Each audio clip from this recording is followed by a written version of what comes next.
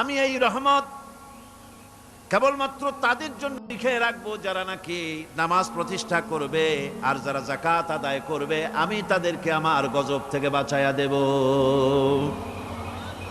যাকাত যারা আদায় করবে আমি তাদেরকে আমার শাস্তি থেকে, গজব থেকে রক্ষা করব। রাসূল করিম সাল্লাল্লাহু আলাইহি সাল্লামের পূর্বে শেষ নবী হচ্ছেন হযরত ঈসা আলাইহিস সালাম। তাকেও আল্লাহ পাক এই অর্ডারই করেছেন। কোরআনে কারিমে বলা হচ্ছে ওয়াজআলানি মুবারাকান আইনামা কুনতু ওয়া আওসানি বিস-সালাতি ওয়াজ-যাকাতি মা দুমতু হাইয়্যা। আমি যেখানেই থাকি না কেন আমাকে অর্ডার করা হয়েছে যতদিন বেঁচে থাকবো আমি ততদিন যেন আমি নামাজ আদায় করি আর যাকাত দেই। ঈসা আলাইহিস সালাম বলছেন আল্লাহ পাক আমার উপরে নির্দেশ করেছেন আমি যেখানেই থাকি আর যতদিন বাঁচি আমাকে নামাজ আর যাকাত এই দুটি জিনিস সম্পর্কে আল্লাহ পাক আমাকে আদেশ করেছেন। এখন যাকাত দিতে হবে, গুরুত্বপূর্ণ ব্যাপার। মানুষেরা অবহেলায় যাকাত থেকে নিজেকে বঞ্চিত রেখেছে, মাহরুম রেখেছে এত বড় একটি নিয়ামত থেকে, সমাজকে মাহরুম করছে, যাকাত দিচ্ছে না। কোরআনে কারিমের 3টি আয়াতে যাকাতের কথা এভাবে বলা হয়েছে, ইয়া আইয়ুহাল্লাযীনা আমানু আনফিকু মিন তাইয়্যিবাতি মা কাসাবতুম ওয়া মিম্মা আখরাজনা লাকুম মিনাল আরদ। হে ইমানদার লোকেরা, তোমরা যে সব পবিত্র অর্থ সম্পদ উপার্জন করো সেগুলি, এবং আমি জমিন থেকে তোমাদের যে ফসল দান করি, ফসল উৎপাদন করে দেই, তার থেকে তোমরা আল্লাহর পথে খরচ করো। এগুলো 1 নম্বর আয়াত। 2 নম্বর, প্রথম আয়াত বলা হয়েছে সূরা বাকারায়, আর সূরা আনআমে বলা হচ্ছে কুলু মিন সামারিহি ইযা আসমারা ওয়া আতু হাক্কাহু ইয়াওমা হাসাদিহি। তার উৎপাদিত ফল ফসল তোমরা খাও, আর ফসলের একটি অংশ ফসল কাটার দিনেই আল্লাহর হকটা, আল্লাহর অধিকারটা আদায় করে দাও। যেদিন তোমরা ফসল কাটবে সেদিনই এই অধিকারটা আদায় করে দাও। এই যে একটা ফরজ, এই ফরজটা মুসলমানেরা বেমালুম ভুলে গিয়েছে। ফসলের যাকাত তারা দেয় না। ফসলের যাকাতকে বলা হয় ওশর। কি বলা হয়?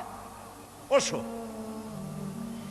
এই ওশর এখন যদি আপনি গ্রামে গিয়া কোন শিক্ষিত লোককেও যদি জিজ্ঞেস করেন ভাই ওশর কি চেনো, সে বলবে ভাই ওশর এটা কি জাতীয় প্রাণী, সারপোকা না তেলাপোকা না আরশোলা, আমি তো এই নামটাম তেমন শুনি টুনি নেই, বুঝবি না ওশরটা কি জিনিস। অথচ নামাজ রোজার মতোই ফরজ ওশর আদায় করা। কবে আদায় করবেন? যেদিন আপনি ফসল কাটবেন সেই দিনই ওশর আদায় করে দিবেন। পরিমাণটা কি হবে? পরিমাণ হবে আকাশের বৃষ্টির পানি দিয়ে,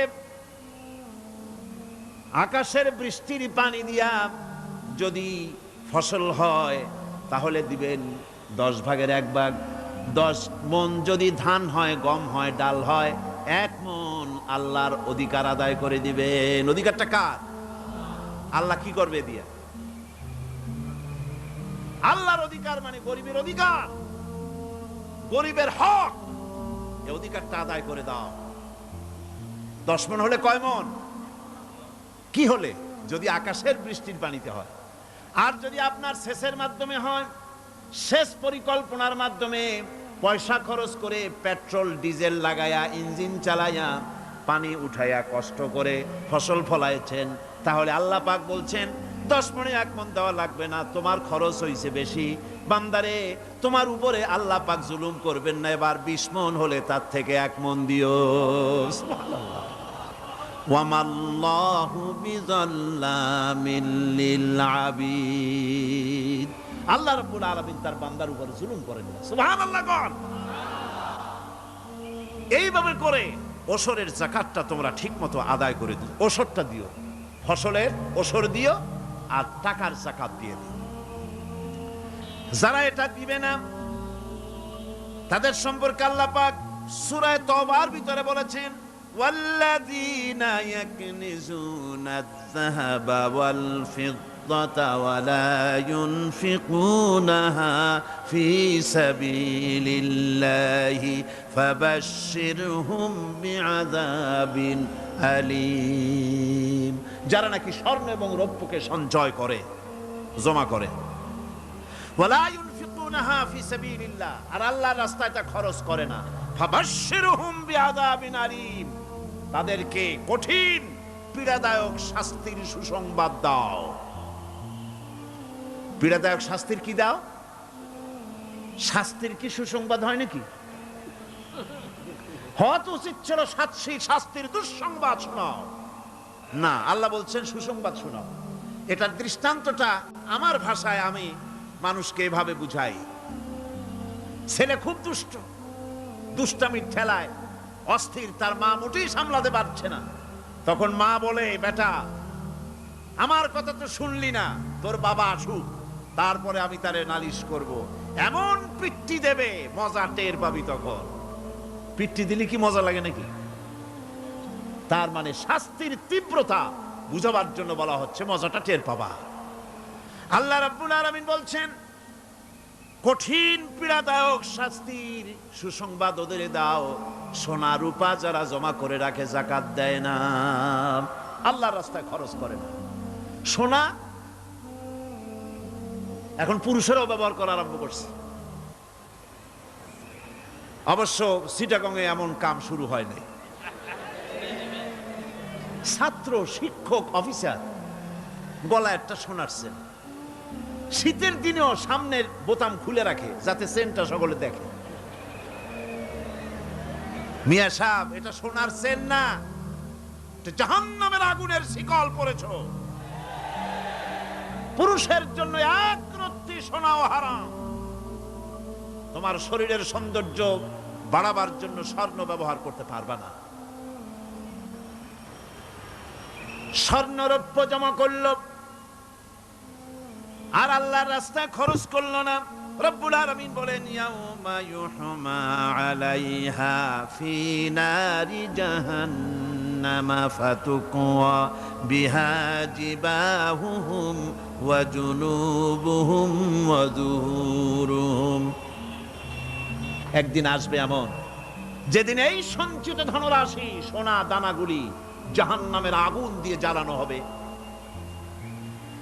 আর জাহান্নামের আগুন দিয়ে জ্বালায়া এইগুলি দিয়ে তার পিঠের উপরে আর পাঁজরে সিল মারা হবে জাহান্নামের আগুন দিয়া। বলা হবে, হাদা মা কানাজতুম লিআনফুসিকুম ফাযুকু মা কুনতুম তাকনিজুন। মজা চাখো, স্বাদ গ্রহণ করো, এ হলো তোমার সেই সঞ্চিত সম্পদ, সঞ্চিত ধনরাশি যা তুমি জমা করেছো আর আল্লাহর রাস্তায় খরচ করনি। এখন এর শাস্তি গ্রহণ করো। সুতরাং সঞ্চয় করা, মাল জমা করা এক শ্রেণীর লোক আছে। আল্লাহ পাক বলছেন, আল্লাযী জামা মালান ওয়া আদ্দাদা, মাল জমা করে আর মোছে তেল মাখে। টেলিফোন করে, হ্যালো, সোনালী ব্যাংকের ম্যানেজার সাহেব নাকি? বলে, হ্যাঁ, দেখুন তো আমার ব্যালেন্সটা কত। উনি বললেন, বল্টু সাহেব, আপনার ব্যালেন্স হচ্ছে 50,77,372 টাকা 79 পয়সা। তখন মোজ ঘষে, আতর লাগায়, তেল মাখে আর মনে মনে আনন্দ হয়, আরো কিছু জমা করতে পারলেই তো কোটির কোটায় পৌঁছে যাব। আল্লাযী জামা মালান ওয়া আদ্দাদা, মাল জমা করে আর গুনতে থাকে, আল্লাহর রাস্তায় খরচ করে না। আল্লাহ রাব্বুল আলামিন বলছেন, খুয মিন আমওয়ালিহিম সাদাকাতান তুতাহহিরুহুম ওয়া তুযাক্কিহিম বিহা, তাদের অর্থ সম্পদ থেকে যাকাত উসুল করে তাদেরকে পবিত্র করে দাও। যাকাত আদায় করার মানেই হলো তার সম্পদগুলি পাক হয়ে গেল। কারণ আলহামদুলিল্লাহ, সম্পদ পাক হয়ে গেল, পবিত্র হয়ে গেল। আর যেই সম্পদের যাকাত দেওয়া হয় না, আল্লাহর রাস্তায় খরচ করা হয় না, তা সম্পূর্ণরূপে অপবিত্র, নাপাক। কি পরিমাণ সম্পদের নিসাবটা কেমন হবে? নিসাব হবে 52.5 তোলা রৌপ্য যদি আপনার কাছে থাকে, আপনি বাজার দর হিসাবে যাকাত দিবেন।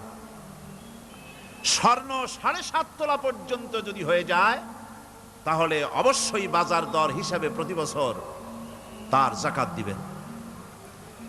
ছাগল যদি 40টা থাকে, যাকাত দিবেন। গরু যদি 30টা থাকে, তাহলে যাকাত দিবেন। যাকাতের মাসলাটা খুবই কঠিন, যেখানে সেখানে গিয়ে জিজ্ঞেস করে এর জবাব পাওয়া সুকঠিন হয়ে যাবে। এই জন্য মাল পবিত্র করার জন্য, জাহান্নামের কঠিন শাস্তি থেকে বাঁচার জন্য আমি আপনাদেরকে উপদেশ দেব, সাজেশন করব, পরামর্শ দেব একটা বই পড়ার জন্য। বইটা লেখক হচ্ছেন আল্লামা ইউসুফ আল কারজাবি।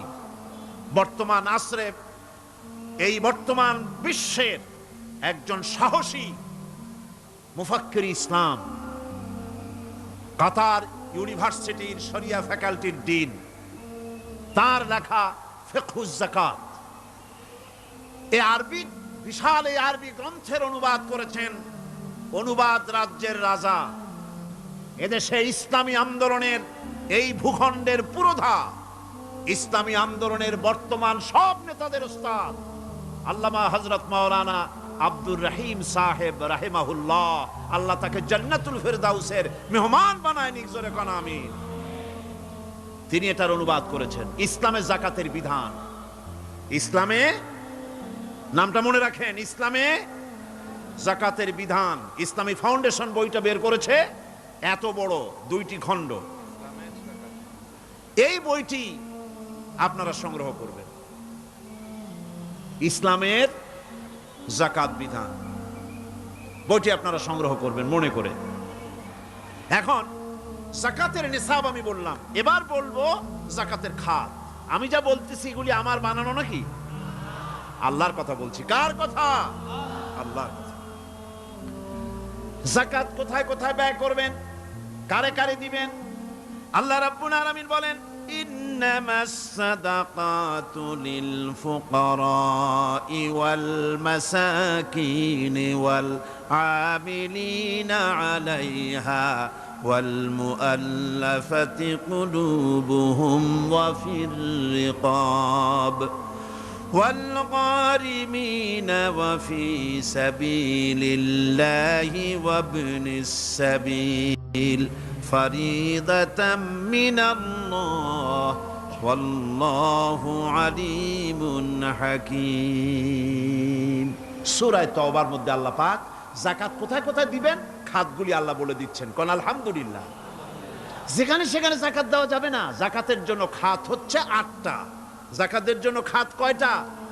8টা। 8টি খাতে আপনার যাকাতের টাকা আপনি ব্যবহার করবেন, ব্যয় করবেন।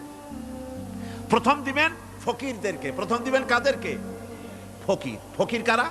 ফকির হচ্ছে নিজের জীবন জীবিকায়